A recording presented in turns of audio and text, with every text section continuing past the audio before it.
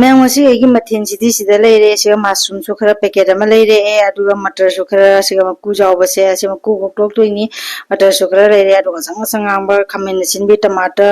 masu ani khaksu laure aduga siga matar sana maku khokto ma matar su maku loina khokto ga sida thamme aduga siga mushroom su packet gi thugairage packet gi thugairaga jenge manungda phabar phatabra aina ado mushroom su loina pharame ado sida thamme aduga hoje ising khara hapchalaga patra amada asimuk chamdoknabagi amuk tawrage ising khara hapchalaga chamdoktradeabako mai mathak siga amuba gi makoi makri makri nappyabako asise phajana sengna chamdogadi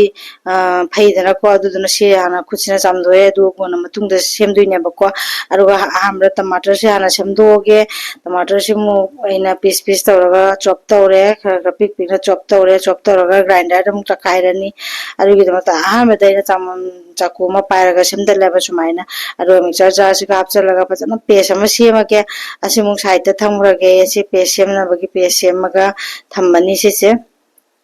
tomato sidi jama chan buding makta ana mathau ta ba jai jang tu baguding aru asi mu patient na bagi thangraga somda ina masum simu se loina masung taraga semdale adi tangai demu tangai taraga masung taraga masum amna pis mari thongna seme ba se semaga se sing kharaga amko mapchalaga semaga muk chamdoina ba semdinge demu chame semaga muk chame adumai tawraga se hanjana hanjana tawna chamdoe senga chami di wakhan je nungaina ko ado sumaina sing chapchalaga yani romla hanjan hanjan chamdoe chamba loiraga siga loina thame matar sisu chamdo thame masum sisu chamdoe moro atekpachu ani kaksiga hapchalle aduga siga tilau su sida leire se aina horen sok to du tilau se aina akogi pak pak na sang sang na sema ba chop tawdreba kukumna ngasai tomato rusu siga phajana tawna ina paste sema ngasang na machu se phajadra ta se aduni sumaina tawraga aina thongara machan namok se hana ready tawre hauji asida ke tawni khang ma thang khang ate fry pan ma thangalle asiga hauduine thongduine ba ko aigi se aduga siga thau so se thau khatang laure ko acha thau master oil adu doina lauraga heijan jare heijalaga aha mada ina hap tu se kari hapani hana habada kari no ina hapi se jemu se asi se jira ne ba ina hap tu se jira sum jaisal lage siga aha mada jira ma pum se ina jaisalle jira mabum se jaisan loiraga onkamu akoina haptu se ngasai aina tilau semaga thamkibada dum hapchalle asi hapchallaga khara khabaina okoro khaiduine bako aro khabai se phangdadana aina tawi se khabai thiba phangdadana do ugi chamas eti chaku macha asna pam ro khaire aduga onkamu ngahaleiraga onkamu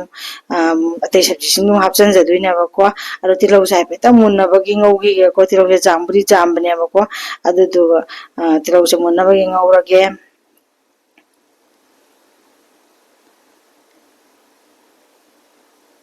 aro tilau se khara khara tawna ne ngausal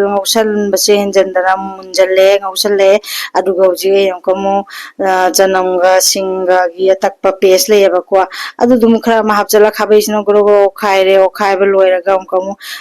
bajana munjalle du tilau ga se loina pathare yabako ngali ngali tora brown color oire yabako jamna ka badi nate yabako aduga yamkamu ngasa aina takhairaga thongiba khamena sinbido adu dumuk sida ai hapjalle asi hapjalaga bajana yamkamu ngaya ngauge bako ngauge haidi khamena simisi magi mahi khara busu thokle adu bajana mahi laksin babo ngakta ngaugi ga bako aduni khabai sino khaira ga ngaure machu sisu jauna phajara khamen jin changang bani na ko aro se phajana munna ngomina rage ngai haktang hobji karim haptri bai khali khamena simisi tani hapise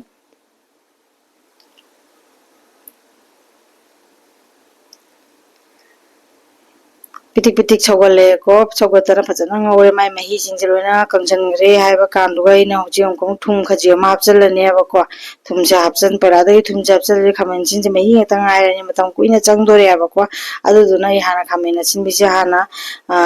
mahi lakshan bai ngubane bako asingaure aduga hoji ongkong thumja khaji ga ma jaisalage mahi se lakshan grabani na jingmada su khangmani yong mai laksal lebe du magi khamen jini mai jinjelo chupsan gra ado jing kom tumje jaisalle sida leire na tumje jaisalle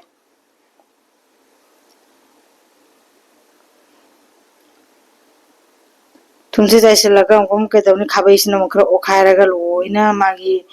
thungge mahau se loina changna bagi ana okhaire ba ko okhairaga kom sai se morok ani ka ina thamgi bado adum khaido siga tangai pura ta de hai mai da hak patane ba ko adu se hapchal le ke nai di oren tangai ta ra de ngang cha ra phang na di ngai te na ko adu du nai na siga kham morok se tangai ta ra ga hapchal le adu go hoji ai siga jai hang ju powder kitang hapchal le haldi powder hapchal le adu go jira powder su khaji ma jai senjara ke adu go morok te ha paro morok powder di ha paro michi powder se hap tre ba ko ke nai morok te pani ga hapchan gi basina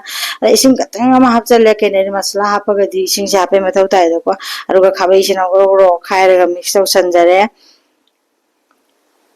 asmai to roga asibu ngatang ngomina raga jamna kuina ngaudu ina te ba ko minute ani hungumba se o khaira ga ngaure masala se adu ga sa ina motor khara maku khuto jamdo thamba do motor do adu sindu musika chai sal lage phajana to loin chai sala sandu ga chai sanjare ba ko chai sala ga huji aina si janga ya ga ngomina raga si si ga masala se punna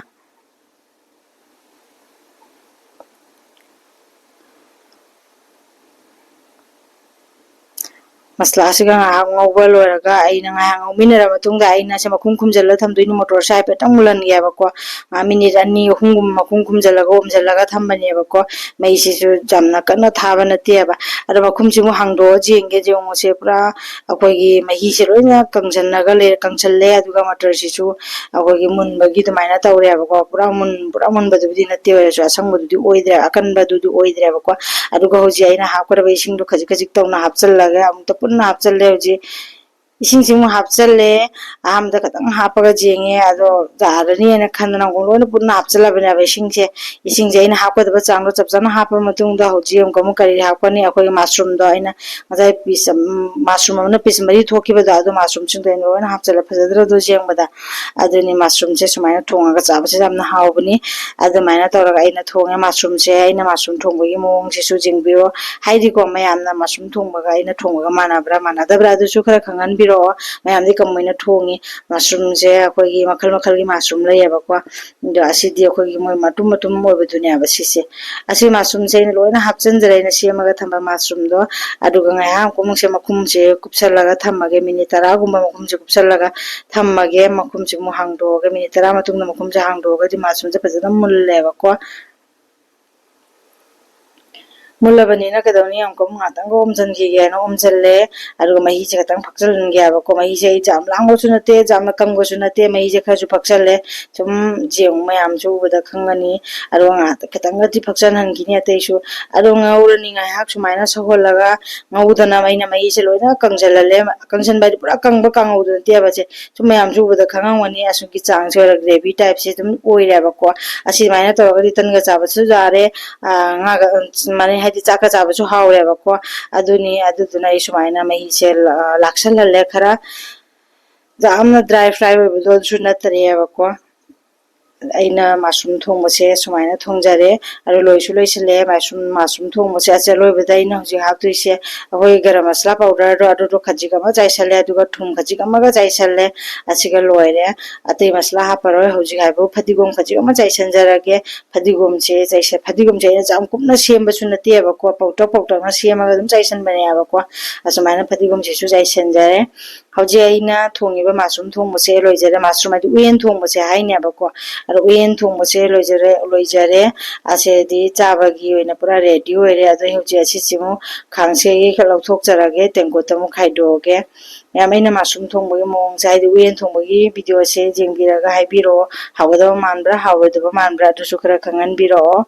asini meyang asige gi video se ase loirabani na chana bagi mu ready tore tengko ta su khaidok jare tan ga su chaba jare aduga chaka su chaba jare chak su khaidok jare salaram su jaure mushroom thongbam su jaure somdana pana met pi ma su jaure asini meyang asina aina asigi oina ina thongjaba video do matang asida ina loisinjarage ngasigi ina jo thongjabaduni bicharise thank you maya maya gi channel se like share subscribe toraga support su tobiro maya thank you bye maya